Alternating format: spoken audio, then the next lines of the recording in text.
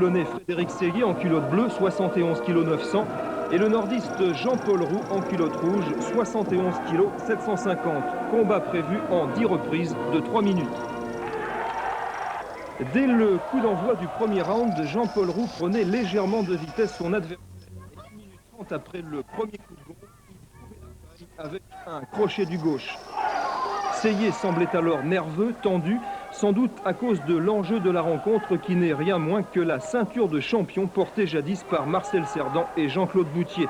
Jean-Paul Roux, encouragé par une cohorte de supporters venus de Saint-Quentin, terminait cette première reprise avec un léger avantage sur Frédéric Seillet. Le combat s'annonçait à ce moment précis plutôt difficile pour le Toulonnais.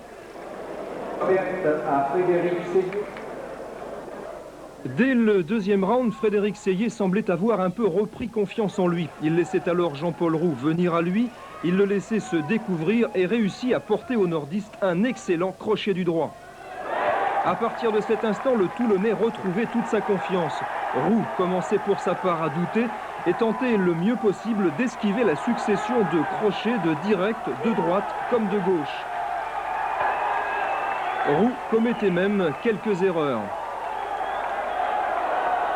Jean-Paul Roux sentait bien que le Toulonnais avait pris l'ascendant sur lui et donnait l'impression de boxer en dessous de sa valeur. Pendant ce temps-là, très calme, Frédéric Seillet attendait de trouver la faille, toujours très mobile.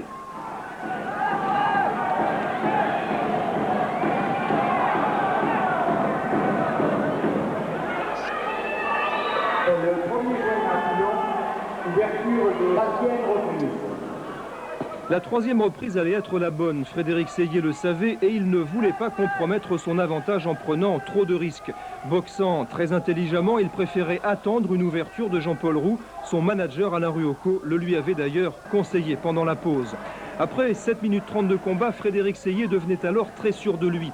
Fort de son allonge, un peu supérieur, il ne laissait aucune chance à Jean-Paul Roux. Celui-ci restait sur la défensive, ne pouvant rien face au Toulonnais. Celui-ci enchaîna alors un crochet du gauche, suivi d'un terrible direct du droit. Jean-Paul Roux vacilla sur ses jambes. Le nordiste ne pouvait plus rien. Frédéric Seillet était tout simplement en train de devenir champion de France des poids moyens.